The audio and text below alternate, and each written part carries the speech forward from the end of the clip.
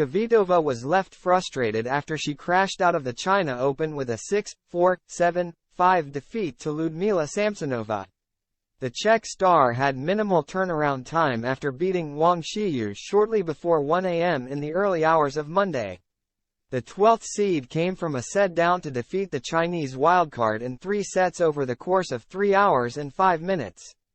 Despite walking off court in the middle of the night, Kvitova was scheduled to take to the court not before 5:30 p.m., around 16 hours after she stepped off it. After she was ousted by the world number 22 in 95 minutes, Kvitova took to X, formerly known as Twitter, to share her frustration about the scheduling.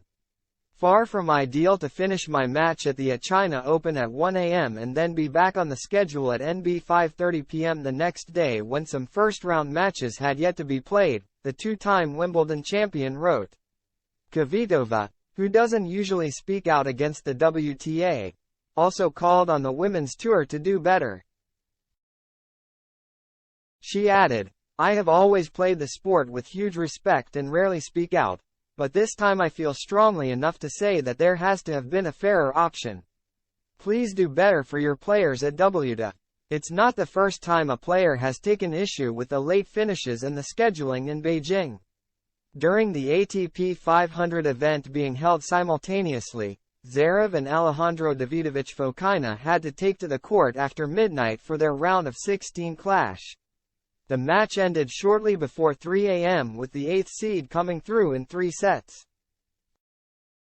And Zverev took aim at the decision to make them wait until the early hours of the morning to take to the court. "Obviously, it's difficult to play till 3 a.m. I'm not sure it was the right call to keep us on this court. I think we should have changed courts," he claimed. "We should have gone on. There's so many great courts on the stadium. So many opportunities where we could have played. I'm not sure we should have waited till past midnight to start the match, to be honest." Kvitova also isn't the first player to take aim at the WTA this week, as the women's tour caused controversy for another decision. They recently reintroduced performance buys, meaning players who reached the semifinal of a tournament the week before can get a free pass into the second round of the next event. It means that those who usually get a bye into round 2 based on their rankings have ended up playing in the first round, including Aryna Sabalenka. The world number 1 said she didn't agree with the rule, explaining, "I am happy for the players who made it, but I think this is not acceptable.